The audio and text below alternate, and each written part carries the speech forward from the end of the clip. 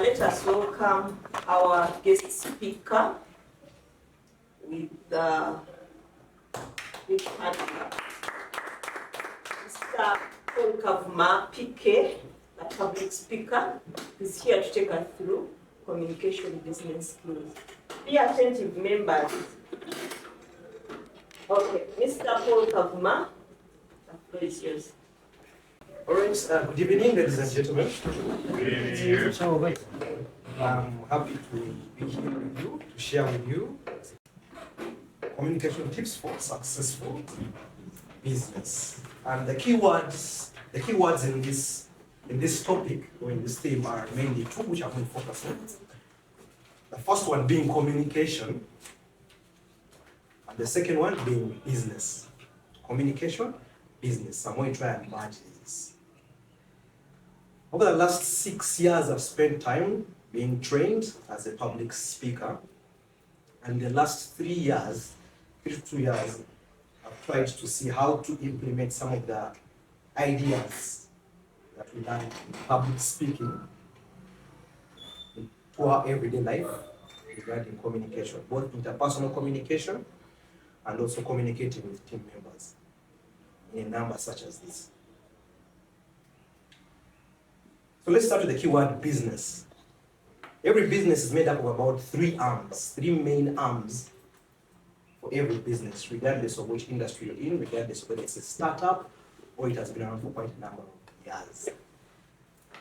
And these 3 major arms that make up a business are: 1, the strategic leadership. This is like the head of the business. These are people who start up the business.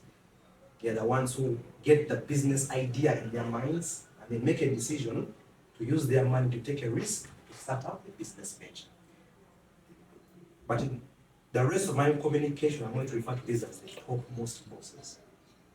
There are very many bosses in the business, but the topmost bosses are the ones who sit at the strategic level, who make strategic decisions. So allow me to call them the topmost bosses. Every business has the topmost boss or bosses. Then the second arm of the business are what I call the employees. Those who clock in by 8 a.m. and clock out 5 p.m. Those people make the decisions regarding the production of the business, the day-to-day running of the business. In as much as you can have a very successful strategic plan laid out by the topmost bosses, without these employees, there's no one to go through the work, do the groundwork, to follow up on targets, and to make sure that certain goals or ideas are implemented in time. So it's these employees that ensure that work is done to the best quality expected, that work is done on time to meet the deadlines, and that it's within the reasonable cost which the topmost bosses can afford. So we've talked about the topmost bosses, we've talked about the employees. Under employees, we also have the managers, we have managers and their subordinates. All these are under employees. Why? I'm classifying them as people who are actually being paid a salary monthly. They're not earning profit because they're not taking any risk, but they're being paid a salary because they're putting in the work on a day-to-day basis. And then the third arm of every business, which is most crucial, is the customers. The business cannot make any sense if it has no customers. The customers are the ones who reward the business. They're the ones who determine whether the business is successful or not. So the topmost bosses who incur the risk and of course earn the profit at the end of the day. We have the employees who are paid a salary, and we also have the customers who then pay the rest of the business.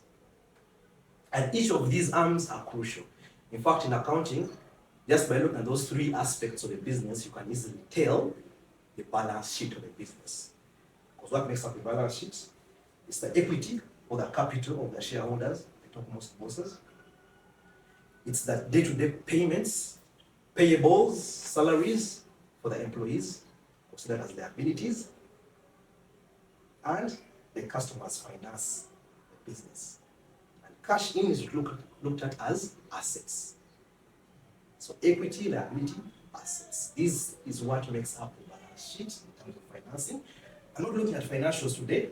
I'm just looking at communication. So I'll refer to them as topmost bosses, employees, customers. For these business arms to work together, there has to be what they call proper communication. There has to be proper communication between the topmost bosses and their employees. Even within the employee category, between the managers and the subordinates, there has to be proper communication. Also between the front desk employees and the customers. In case work is not done on time, in case the goods are delivered not to the satisfaction, how do you then communicate that information to your customer such that they do not walk away angry, but they can always become a repeat customer? So then communication comes into the picture, which brings me now to the main focus of the rest of my presentation, communication. So we have talked about business. Now, how does communication come into play? Now, many times you'll be interacting with people at all the three different levels, or in all the three different arms of a business. The topmost bosses, you might be invited into a boardroom like this one to share with the CEOs or the board members a proposal that you had come up with, or to give them your advice, since you might be the key expert, the subject matter expert in your area. Give them your advice. How do you then communicate a proposal to your bosses? Someone start with that. How do you communicate a proposal to your bosses or to the board, regardless of whether you're part of the board or not? How do you communicate a proposal to the board? Usually there are two formats used when communicating to a board. What usually happens is the board is made up of people who are all looking out for different needs. There's someone who just wants to listen out on whether the idea makes business sense. There's someone who wants to hear whether the idea will require us hiring new employees or we just have to train the ones that are existing. There's someone who's going to find out whether we have the resources to take on this challenge or it has to wait for next year. That's in terms of production and operations management. So as you're presenting this brief, it might be technical. Maybe you are an engineer, you're presenting about a building or a road. You might be technical. That means there's some information that you are knowledgeable about, which the rest of the people in the boardroom may not be knowledgeable about. But remember, they're the ones with the money who are going to finance your proposal. So there are certain 3 steps that you might want to consider when coming up with this brief. The first one is understanding the audience. Who are the people going to be in the audience? Is it someone in charge of farming, someone who's well versed with engineering? Is it someone who's into accounting, human resources management, operations management, and so on and so forth? Who is going to be in the audience? This is important because of 1 or 2 reasons. Number 1, you'll be able to structure or to tailor your information in such a way that you address the needs of each person who is in attendance. But also specifically number 2, as you speak, you'll try to simplify the words you use such that it's easy for the audience to understand. After understanding the audience and their needs, then the next part to you as the presenter is to come up with the key objective of your presentation. Every presentation you're going to have to make in life from this day moving on has to have a key objective. This is the main purpose of your presentation.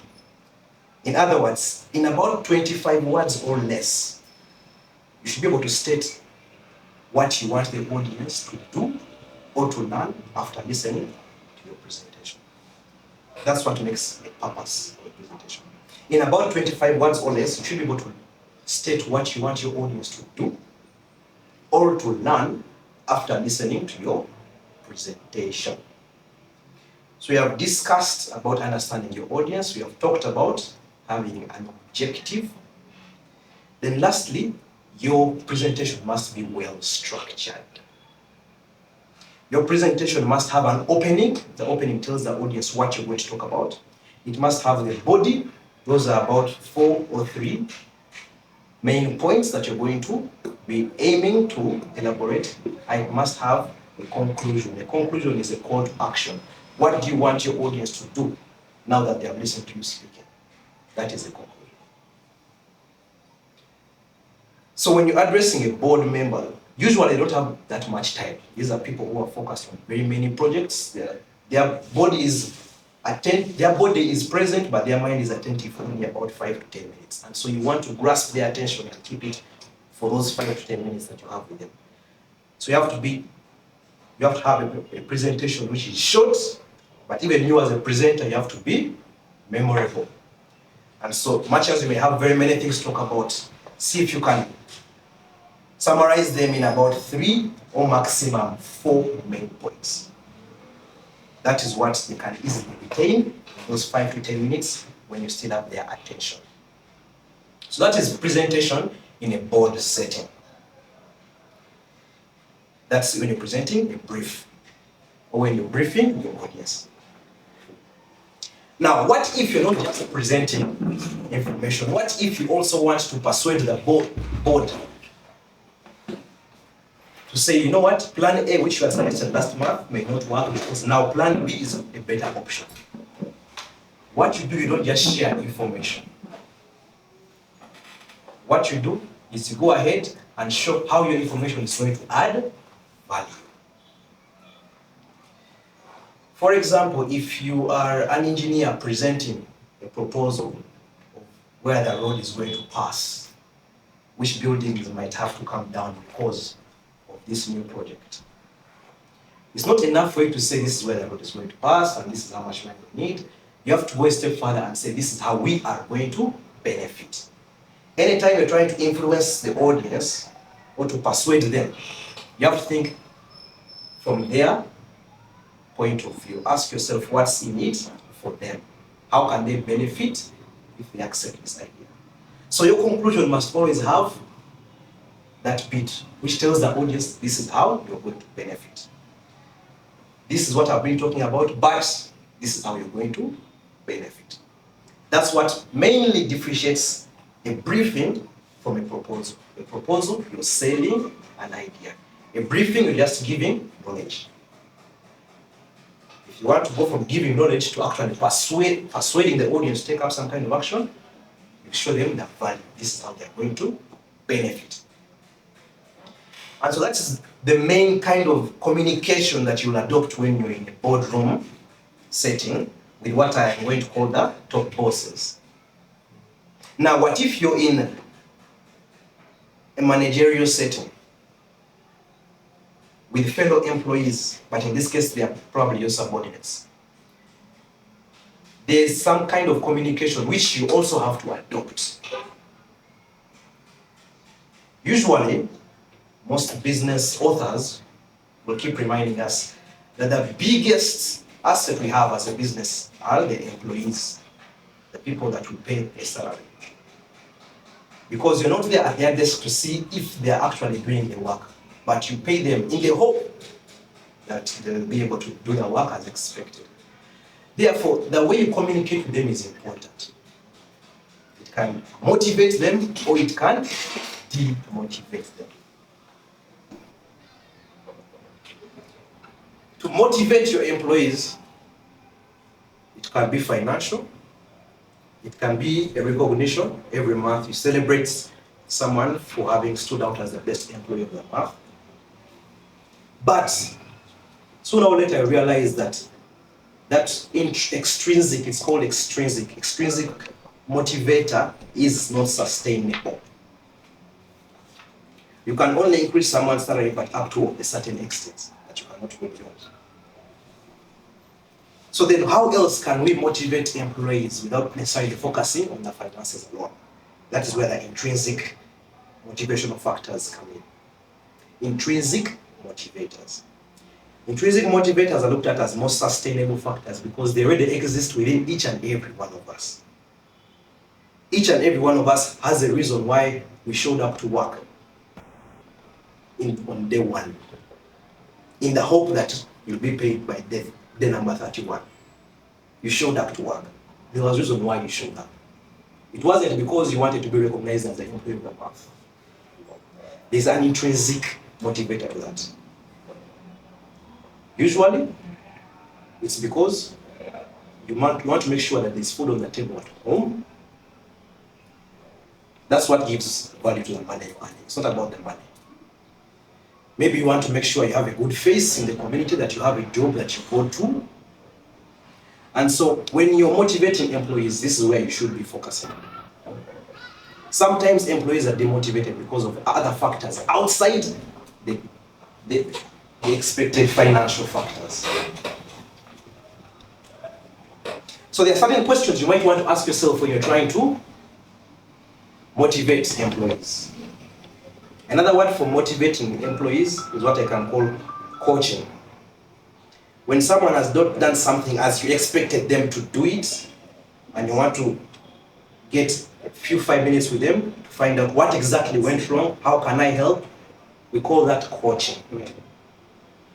Usually, when things don't go according to plan from the employee's point of view, it's usually because of one of these 4 reasons. Number 1, it could be poor training. And because it could be poor training, the question you want to ask the employee in that case is, do you need some training in this area? Were you ever informed of what is expected of you in this area? Are you knowledgeable about what you're doing? If it's not training, it's probably equipment. Maybe the equipment that they're using is not as good as it's supposed to be. Number 3, it could be time.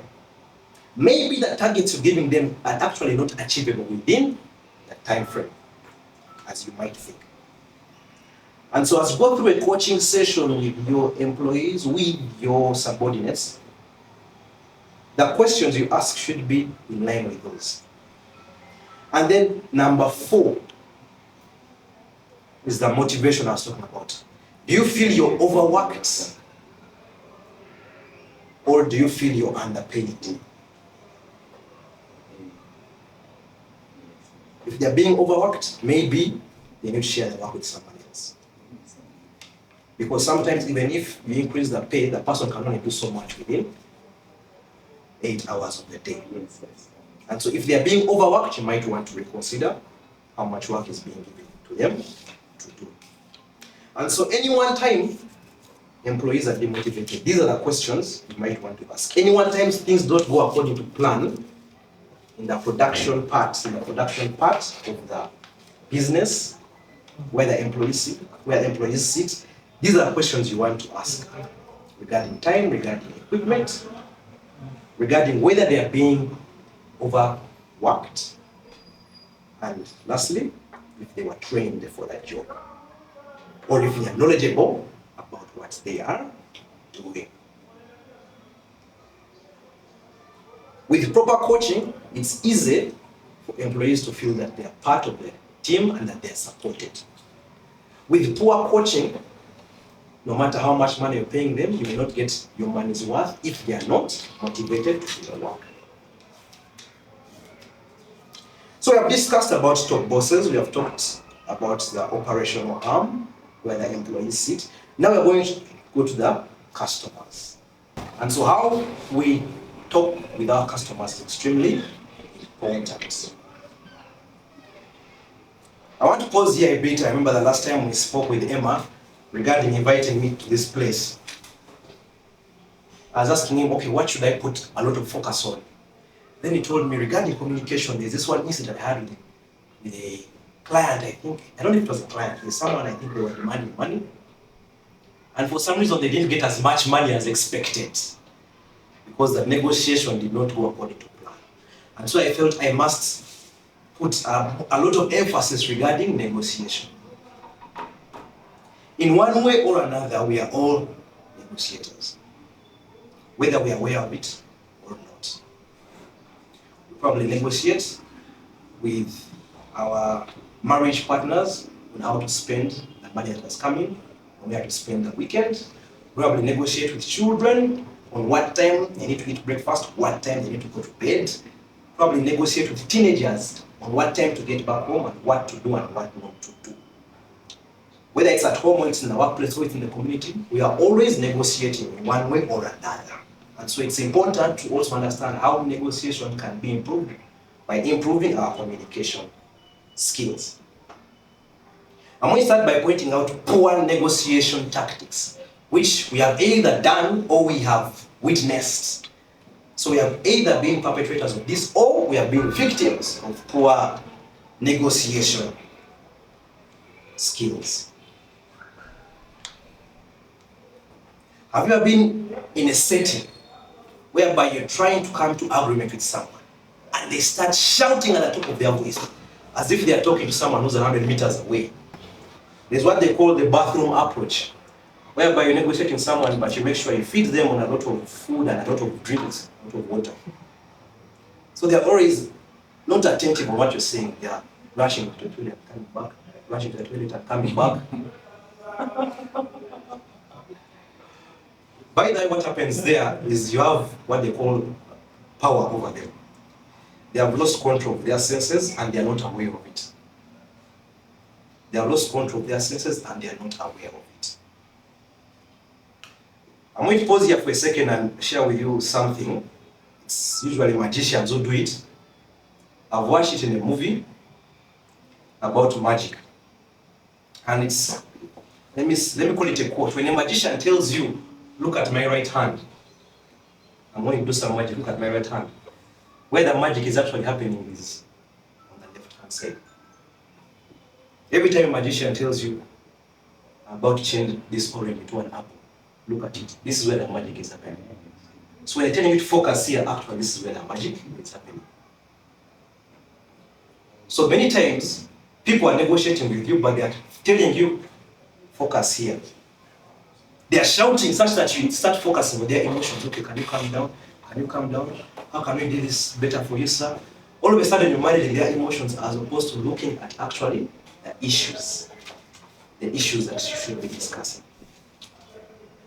And so we need to see how to make sure we are not told to look where the magic is happening and miss where it's actually happening. Another approach is what they call the aeroplane approach. That's what I call it. Aeroplane. Here we don't fly so many airplanes from northern Uganda to eastern Uganda. We use buses. But what the aeroplane approach is that you schedule a meeting at the time when the person is going to be rushing somewhere else. Excuse me, sir. We have just 5 minutes. I want you to share with you this. Person has no time. They are rushing, probably out of the country. They tell you, okay, where should I sign? They are done. They haven't even read through all the terms. Then it hits them later, they're like, oh, I didn't read through this.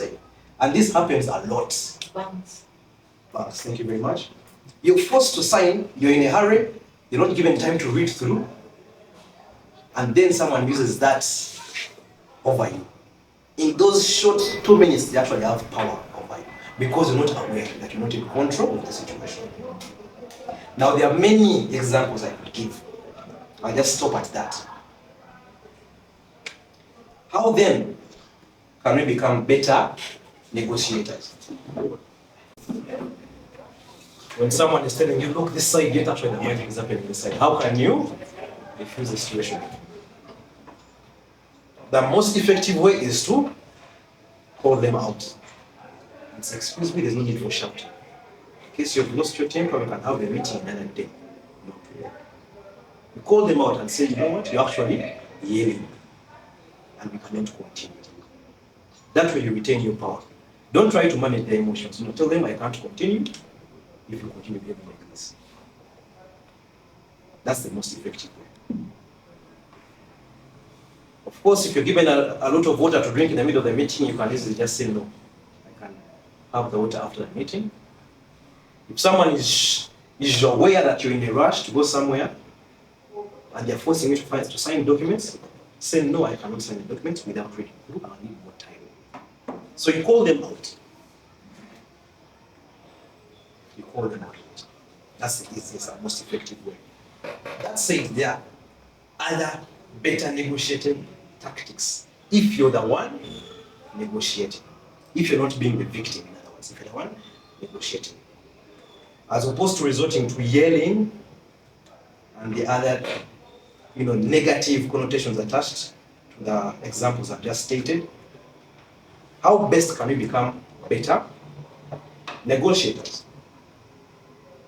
Here are some tips to help you in the next negotiation you might encounter. Always have a strategic meeting before the actual meeting. Always have a strategic meeting before the actual meeting. A strategic meeting is whereby you sit down with your team members who are going to be attending probably the negotiation meeting, and you brainstorm with them. You ask them, what are some of the things we might want to consider before we walk into the meeting tomorrow? What are some unexpected questions that we might be asked? How should we respond to them? In this strategic meeting, you also need to discuss what is the best available option if everything goes well, and what is the worst option that we might have to settle with if things don't go according to plan. So you discuss both ends. And not only that, you also discuss the other parties' options. Not only yours, but the person you're going to meet. What are the best options for them? Okay, and if things don't go well for them, what might they resort to? It's important to do this background homework before you walk into a meeting, because Murphy's Law always takes place. Anyone heard of Murphy's Law? What's bound to happen always happens. Thank you.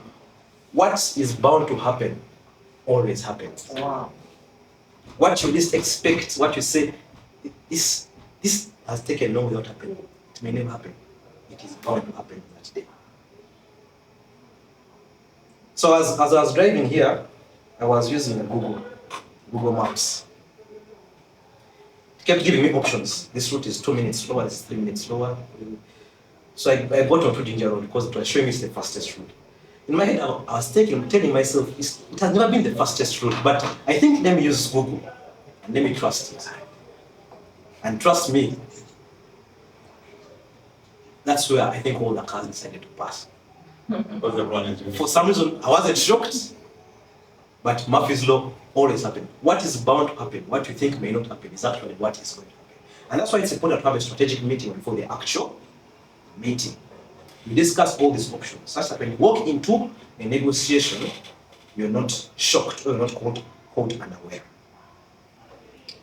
The second thing you might want to consider, I've talked about the other person's options. The second thing you might want to consider is also, in case you're engaging clients, don't show that you're desperate. Even if they're the only option on the table, you don't want to show them that they're the only option. So don't show that you are desperate. And being desperate means you have to manage your emotions. There are things that, as human beings, that show away our emotions. Like the voice. From hearing someone's voice, you can tell that they're actually shaking or they're extremely confident and firm about what they're saying. Okay? The other thing is our body language. Where your shoulders look usually tells us where your focus is. When you're interested in someone and they have your full attention, that's where your shoulders are facing. But it's easy to face the other side and the person is here and you're talking but you're facing this side. That's part of body language. Your body communicates and you're not even aware of it. But the other person can see it. But you know what? I think they are close to right. So it's important to be aware of this. What is your body doing? What is your voice doing? What are your facial expressions saying? Do you look bored? You might be saying, yeah, we are very excited to see you here today. Oh, I'm having the worst day of my life. So what is your body communicating? Yeah. All those are important.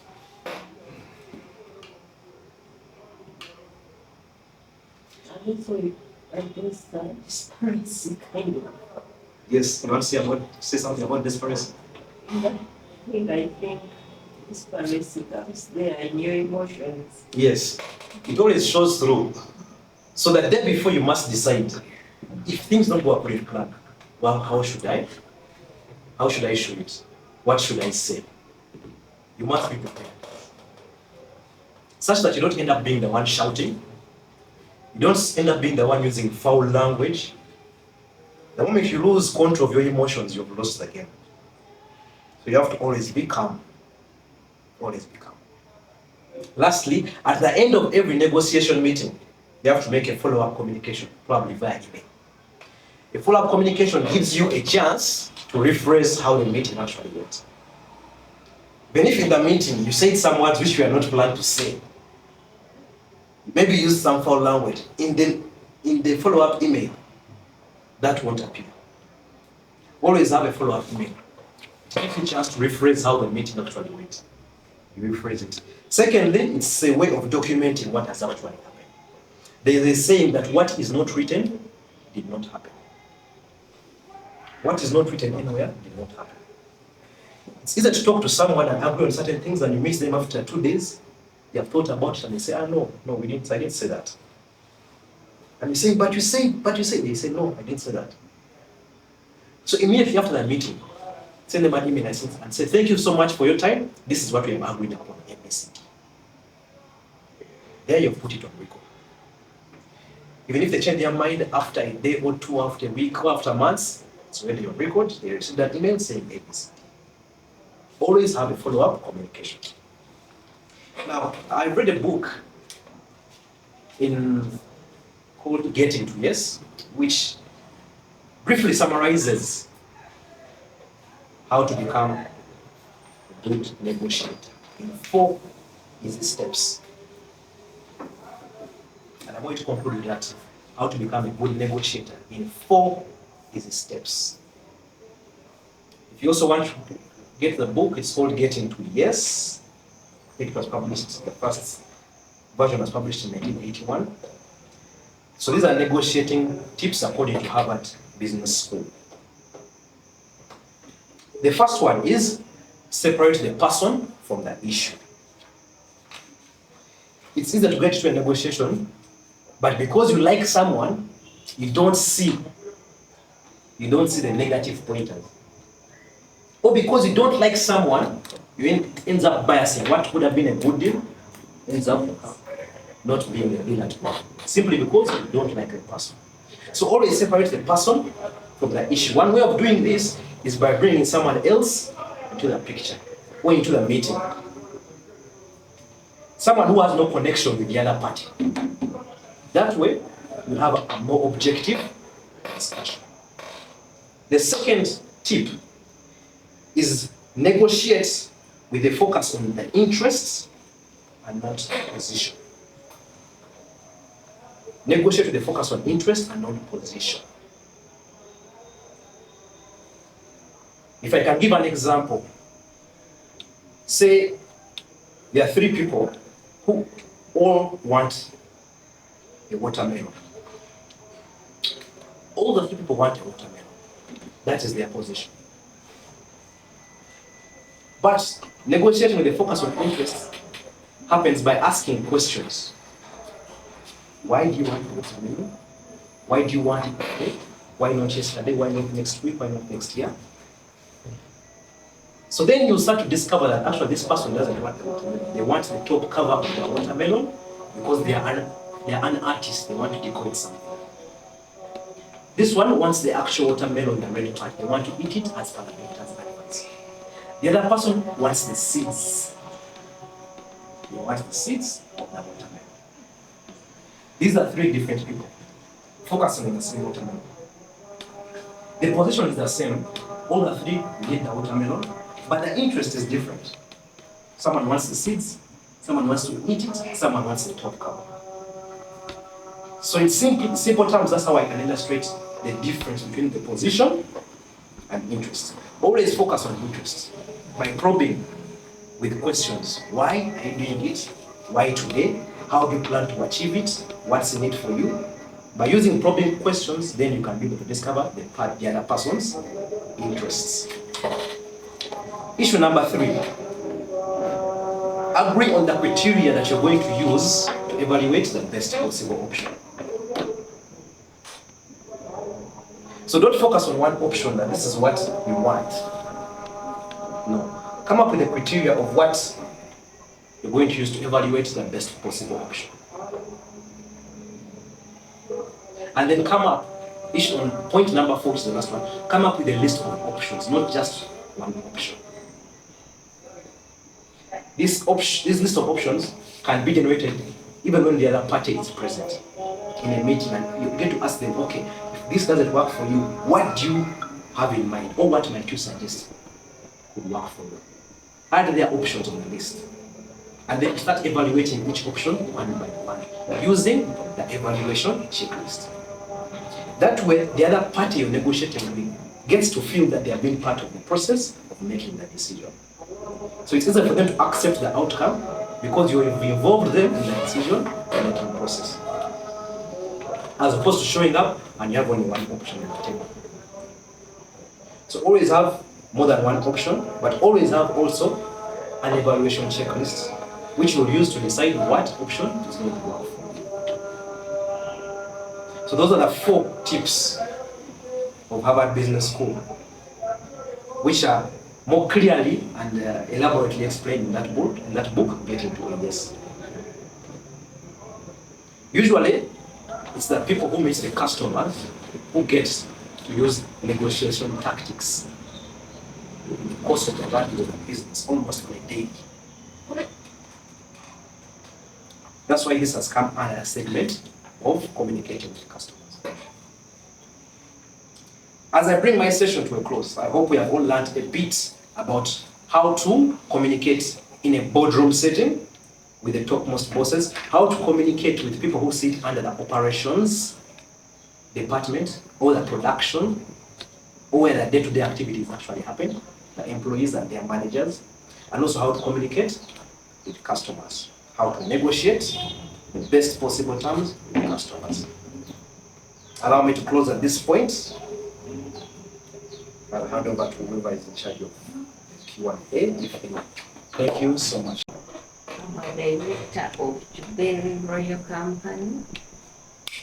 I appreciate today's presentation. His presentation was detailed, and I think I liked it when you talked about your approach to communication. You shouldn't rush to close the deals when you're not ready for it. Just say, come back another day. I think I like that. I liked that. Thank you. Yeah, my name is Kavuma. I'm a real estate investor. I also invest in other businesses.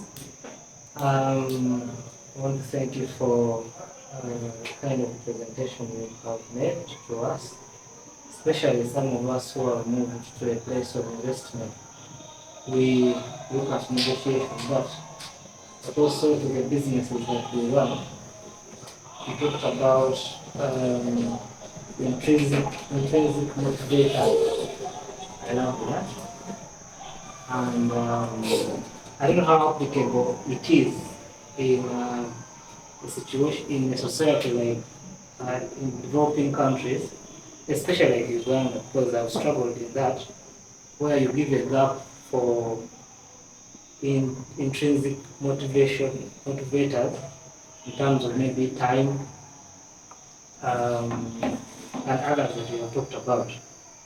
And I would want to know how applicable it is and what are the challenges of these intrinsic motivators in societies like developing countries like Uganda.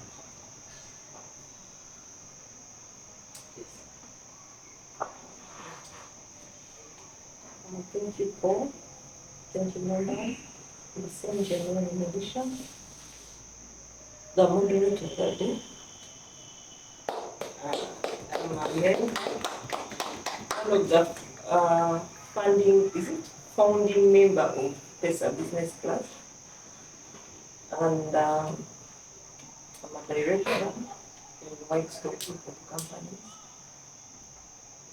We are more in construction, real estate, and business consultancy, and many other things. I thank you for the presentation. Really good. maybe will a compliment and maybe more information, which I think you could be having more information about the feedback. I think feedback from getting feedback from your clients is one of the most important issues in business communication. How do we obtain? How do we know that this is the right feedback? How have you gotten feedback after the business meeting or presentation? How do you perceive the feedback as a business person, and how do you deal with it? How do you react? I think that's also something that is important. And he talked about something, we may call it maybe guardian angel or something maybe, but it's something like confidence.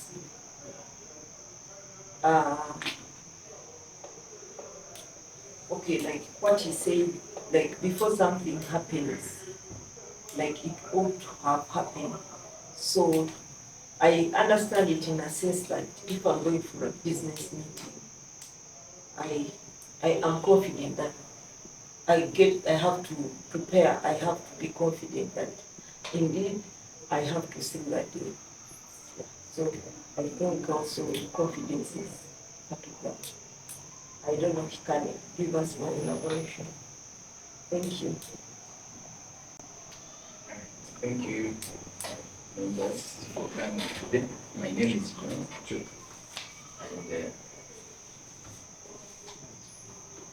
my name is John Kadawasasa, and I'm an engineer. For me today, my biggest takeaway is my future.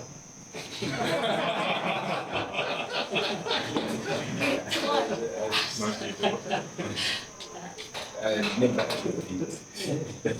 It relates to what we say in real life. It's what it is. If it's going to happen, it will happen. Thank you for coming.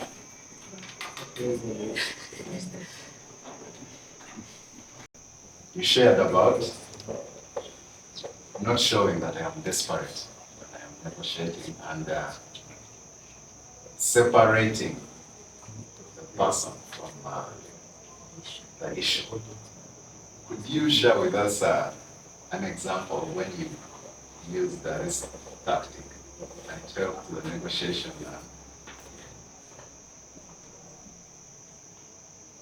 And you benefited directly from the technique. If the questions all come from you, so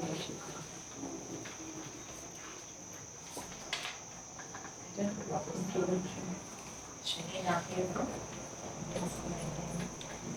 and where you work with or your business.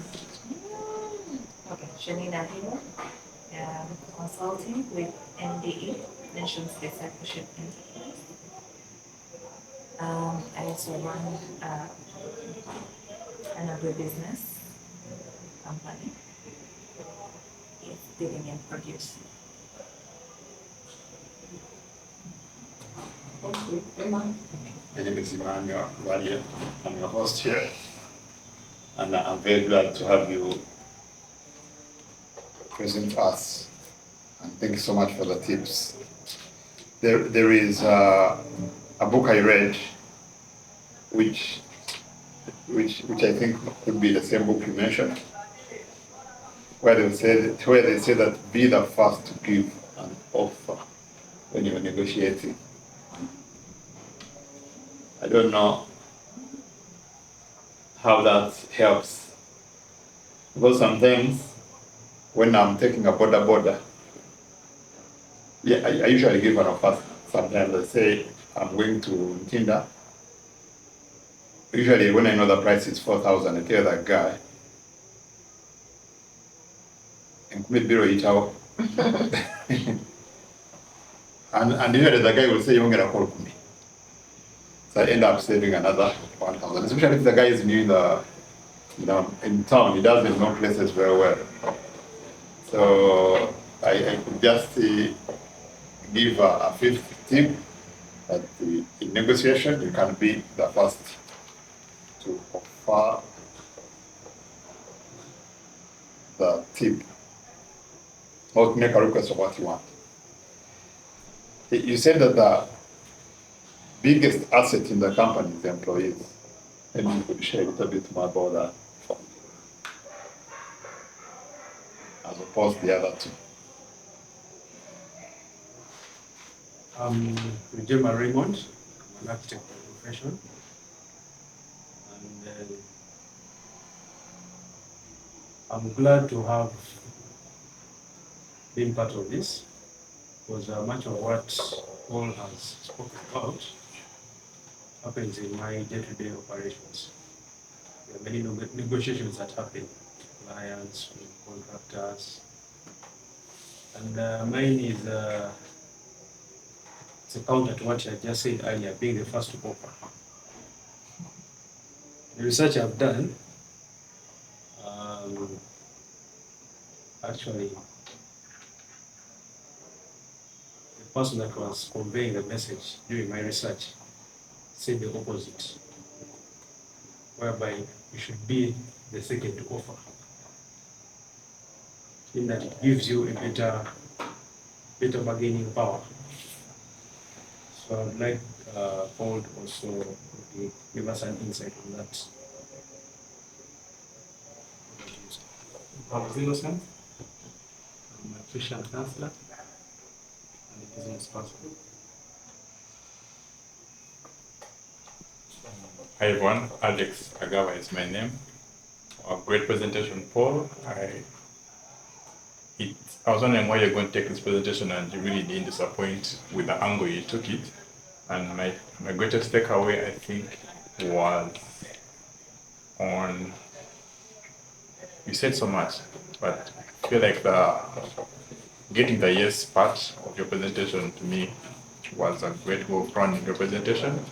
But I kept asking myself, communication and business, or business communication.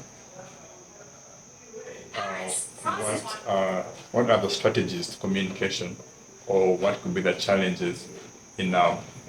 Because I could see them in your presentation, but perhaps if you could also maybe have kind of summarized them in bullet form, what challenges will you find in business communication, and what are the solutions to those communications, and perhaps also communication channels. It's something that is a point of research for me. Today, a lot of people are communicating using WhatsApp, and a person sends you a WhatsApp and they feel like they have communicated in a business setting or at work. And the question is, how do you draw a line between which channel should be an official communication channel, or how would you prioritize a communication that comes from WhatsApp or from email or from a phone call? Yeah, that's where I'm leaning at. Thank you very much. The second one is, how about not being desperate? How that happened before. I'm a member. Okay, I'm a constantly visiting guest, soon to be member of a certain Rotary Club. I won't mention its name. But there's a time we were proposing a project. Members kept bringing their money. We started up some kind of circle. The person who was selected to see this project through is one whose name keeps appearing in newspapers, and that's why I'm also not going to mention the club. So the name keeps appearing in newspapers, he's the head of very many boards and so on and so forth. And so against that background, we all feel that we are confident that this person is going to see the project through. But every time we called him for a meeting to share his plans on how we're going to use the money, he didn't really share plans, he just kept sharing hope. We're going to do this, people, but you have trust in me. I'm the head of this, I'm on the board of this, I'm on this board, this board, this board. I've done bigger things than this, so don't worry. Don't worry. So 1 month down the road it was don't worry, 6 months, don't worry, clocked a year. So when the leadership changes every year. When the leadership changes, they say, no, you know what? Fine, this guy has a big name, he sits on revenue boards. But based on the work he has done with us here for now, 12 months, we need to give this project to somebody else. So time came to change the projects. We learned that even the money had been diverted.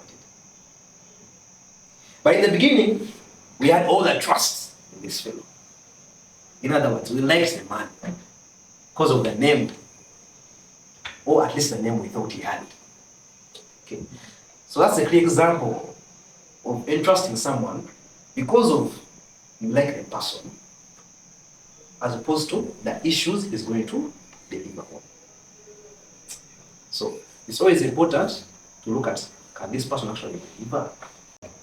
I'm not saying I told them that I have a job, but they approached me still assuming that I had a job. And even me, the way I would set up meetings with them, I would ensure that it has to be at least towards a Friday and not on a Monday morning. Such that I retain the image that I'm actually what? Busy with some other things. So even the way we're negotiating money was against the background of them knowing I have other things to do. But I'm taking off certain things off my busy schedule to create time for this event. So it helped me in terms of negotiating because to them I had other sources of income. But to my pocket, I actually had no source of income. So that's one example I can give of it, whereby I made sure I didn't appear desperate, much as within me I knew I actually needed what? That money. So it was easy for me to negotiate for a higher pay. Be the first to give an offer. I think this depends, but it's important to have knowledge about what you need, what the offer you're making. You have to have prior knowledge. You said you are aware, what from your player side, charge 4,000, that one you're aware. So by the time you give an offer, at least you have the knowledge of how much it should be on average. So I think it depends on whether or not you have the knowledge.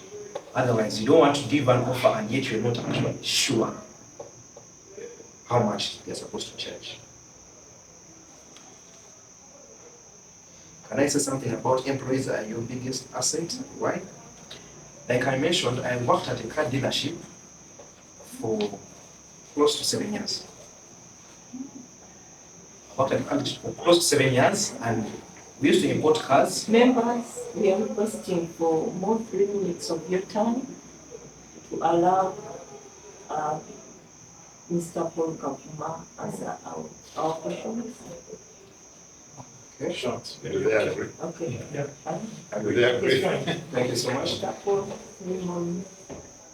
Now, in this car dealership stroke garage, we used to repair trucks, buses, and SUVs.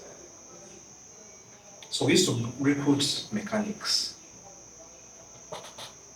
It's easy to assume mechanics actually going to do their work. But when you get down on the shop floor, it was funny the things you'd find them doing.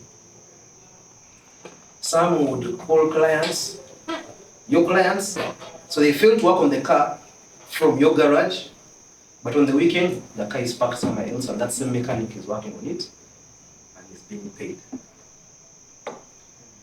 So you find clients driving, but their cars drive out when they're not finished. And they never come back to complain that this car is not finished. So you start following up, then you start hearing news. The mechanics are doing this, the mechanics are doing this. And so it was important to see how to manage the system. So that's a clear case of where you actually have employees. You're paying them well. But if you don't have, if they don't trust the system, if you don't have systems in place to check the work they do, those same employees can actually kill the business. So what do? We got someone to manage the employees, but that person was actually one of the mechanics. We made him the workshop manager. This is a person who knew the tips and tricks that they do. And so he set up a system of checking them when they're entering, checking them when they're leaving, so that no tools leave. He made sure there is no customer who interacts with the mechanics directly. Every customer talks to the person at the reception desk and leaves the keys there. So because this person knew the tricks, was easy for them to manage their own mechanics in that workshop. So that's how the business then started mitigating certain risks. Okay? So employees can actually be an asset, but if you manage them poorly, they can also lead to losses. Intrinsic, can I say something about intrinsic motivational factors? I don't know how many people have heard of Maslow's hierarchy of needs. So Maslow's hierarchy of needs, Maslow put up a triangle.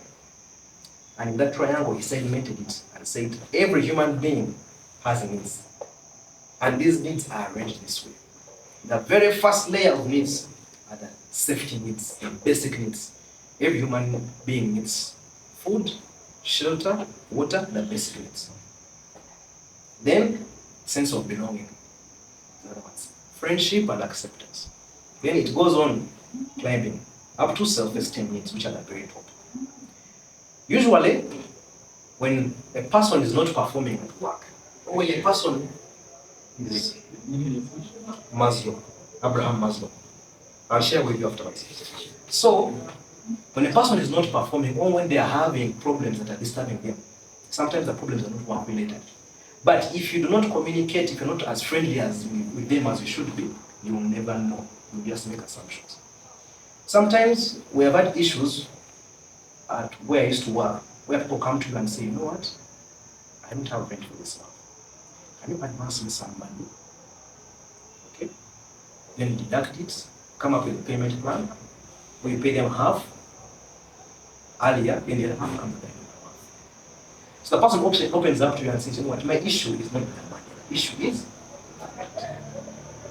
So you end up getting into a discussion with actually the person's what? Landlord. Just to confirm. So then the person is secure at work because they know this is being sorted, then you just focus on their work. As opposed to them finding other sources of income to cover up rent, an issue which surely your company can also handle if you communicate with them properly. So those are the intrinsic needs. Everyone has them. Food, safety, the child has no school fees. So you can advance some money at the beginning of the year just for school fees. Then over time, the person can pay it up. Those are intrinsic needs, which I think in a way are applicable to our society. I just want to conclude with the last issue you mentioned about feedback. I'm just giving a comment also about feedback. In communication, this is what we call delivering disappointing news. Sometimes when you're communicating, you won't always be communicating news that excites people. Sometimes you're going to have to communicate news that is disappointing. That, excuse me, sir, we won't be able to beat the deadline as we actually promised. Now, it takes actually a lot of skill to pull it off. So regarding how you deliver feedback, disappointing news specifically, always be direct. Always be direct. Tell them, you know what, this is the problem that we're facing. And therefore, when you deliver this vehicle, as expected, always be direct. 2, always make sure you've done your homework and you have your facts right. Such that as you share this feedback with your customer, you also tell them that we tried this option, we tried this option. It shows them that you're not lazy, that you actually tried to find a way out. So always show them that we tried this option, you had this option, you had this option, and we have failed. So let us re-strategize. So be direct, do your homework, and lastly, close on a high. Much as disappointing news, leave the customer with a smile. Say something that we are always focused on ensuring that we keep a smile on your face. Therefore, if it means us even deducting on our invoice, please let us know. That is something that will make them put a smile on their face at least. So always close on the high. That is just regarding delivering unexpected feedback to the customer. I wanted to share that comment. I think that is all. Thank you so much.